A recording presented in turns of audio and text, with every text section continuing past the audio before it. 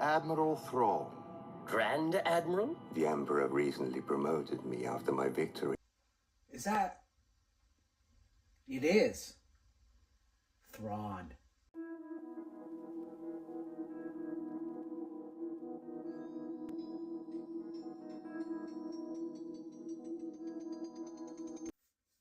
Hello and welcome back to another episode of Fumbling Through the Galaxy. I'm your host, Severus Snape. This week we're in for a treat. I have recently come across a private seller, as I often do on Marketplace, who was actually selling a premier collection statue made from Gentle Giant of the Rebels version of Grand Admiral Thrawn.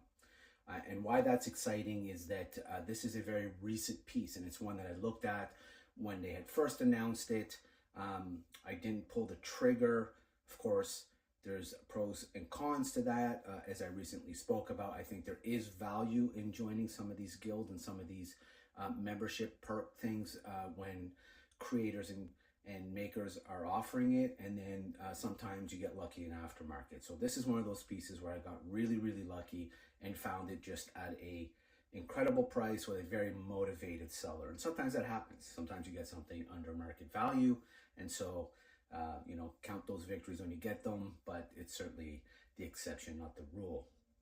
Anyway, so I love this statue. I think it is a fantastic, I think Grand Admiral Thrawn, of course, is a character that has endured from Legends to canon to animated, and then, of course, to live action. And although I'm not a huge fan of the live action version, we'll get into that as we're looking at the figure. I do believe that it's a character that is rightfully one of the greatest arch nemesis and bad guys in the Star Wars universe, both canon, Legends, and of course modern Star Wars. And so, the thing about this I have to mention is it's a Diamond Select product, and I know I review a lot of Gentle Giant, and I know as most of you already are aware, in the news recently that Diamond Distributors has filed bankruptcy. And I'm not going to get into all that because, to be honest with you, I don't know enough about it. Suffice it to say that anytime that a parent company that owns a smaller company that you are a collector of, and that parent company is facing financial difficulties, of course, it kind of raises red alerts and makes you concerned.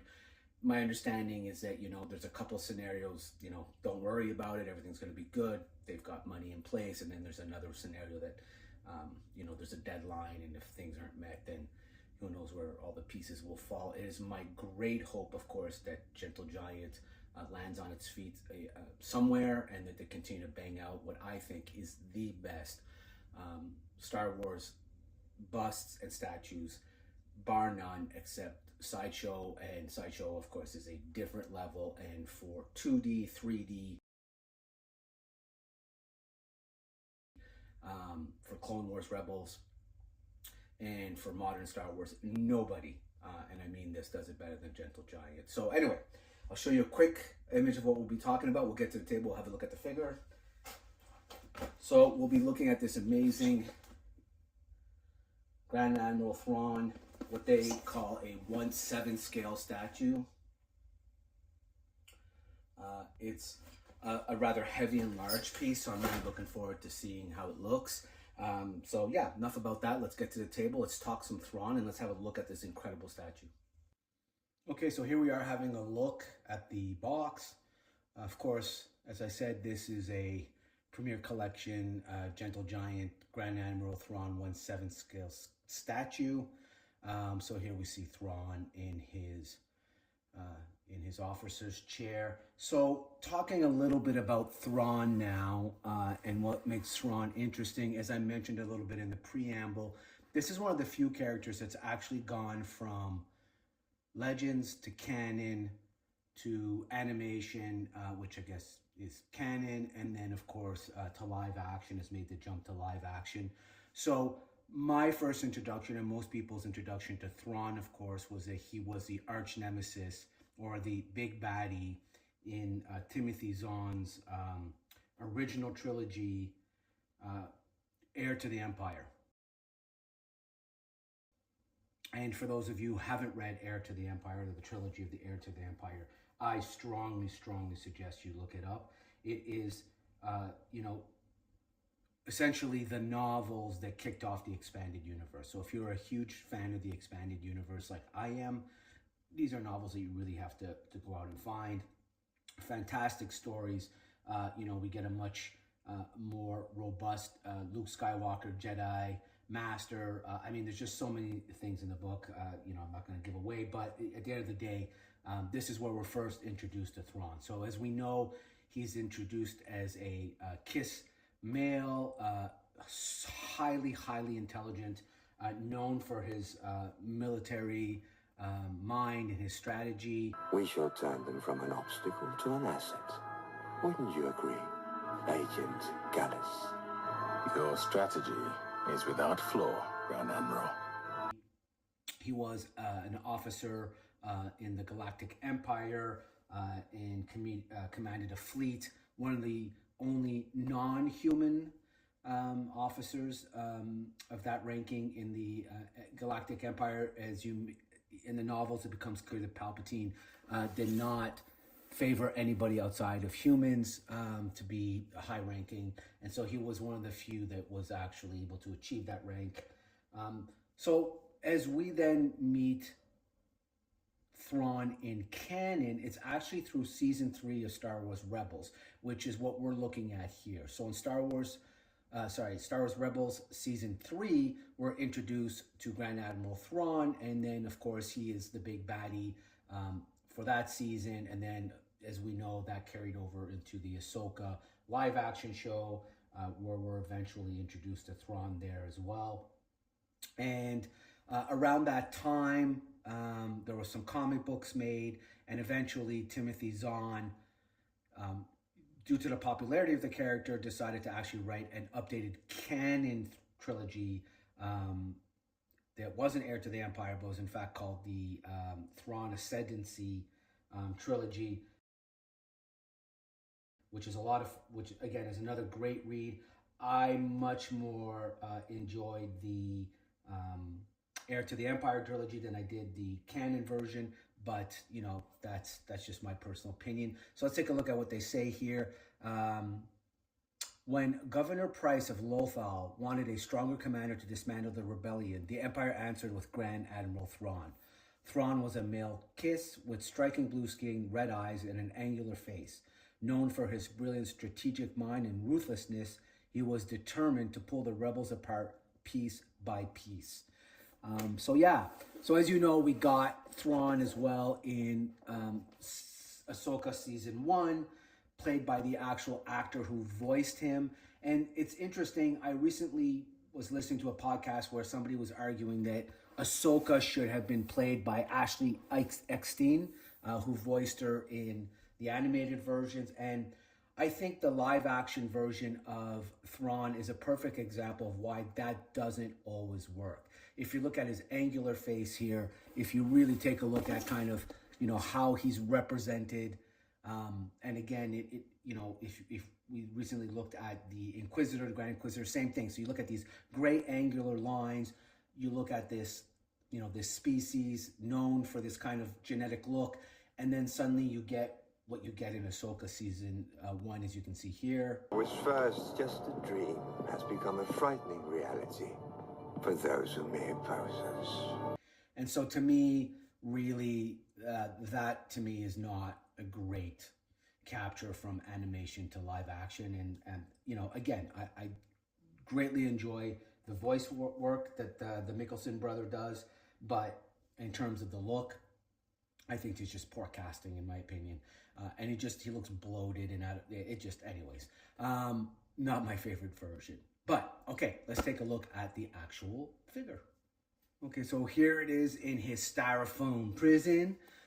Diamond distribution select, of course, we get here. Now, what's interesting is when I open the box, I note that there is no certificate of authenticity with this one.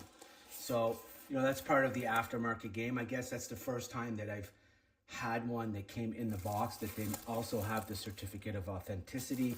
Not a big deal, and I'll show you why. You know, as nice as it is to have the certificate of authenticity, there is always at the bottom of the base a corresponding number. So as you can see here at the bottom of the base here, it says, you know, Gentle Giant, 1/7 scale statue, limited edition, 686 of 1,000. So really the COA, the Certificate of Authenticity, is just this on a card. Not a big deal. I mean, this is, you know, same thing. So anyway, you know, if, as you know, I'm someone who only collects in box, and that won't change. You know, I did not specify having the COA with the buyer. As I said, this is the first time I've gotten a box where it wasn't COA in it. Normally that it stays in the box. So that's an interesting first, but all good. So let's take a look at Mr. Thrawn. So here he is.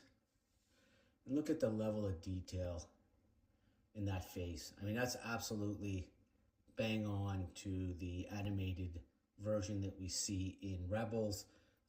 His Admiral's uniform is amazing. The colors are really vibrant, dead on, down to his belt. Just give you a better look. The boots, the hair, the chair is awesome. Not a lot to the chair, if we're being honest. Not a lot to the chair, if we're being honest. Everything's well placed. Everything's good. So yeah, so that's a look at him there. And then, of course, we see that it's just an easy connection. And bang, perfectly fits. And now we can get an even better image of him. So let's take a look, get it a little closer. There we go. Here it is. You know, just a really fantastic statue. You know, not a lot going on in terms of the throne, to be honest, and you know, in terms of his chair, but so much going on with the actual character. And again, as I said, the best and most accurate portrayal of the character, in my opinion, from the books to seeing it kind of in live action, and you know, for lack of a better term, animation is the version that I'm referring to. And then again, the bit of a miss, in my opinion, in the live action version in Ahsoka, but it is what it is. I think it's still amazing that if you're a fan like me who started reading about him all those years ago in Heir to the Empire, and then eventually seeing him in Rebels, and then eventually seeing him on live screen, it's pretty exhilarating, and it's a lot of fun. So yeah, that's a bit about Thrawn. This is the 1/7 Premier Collection.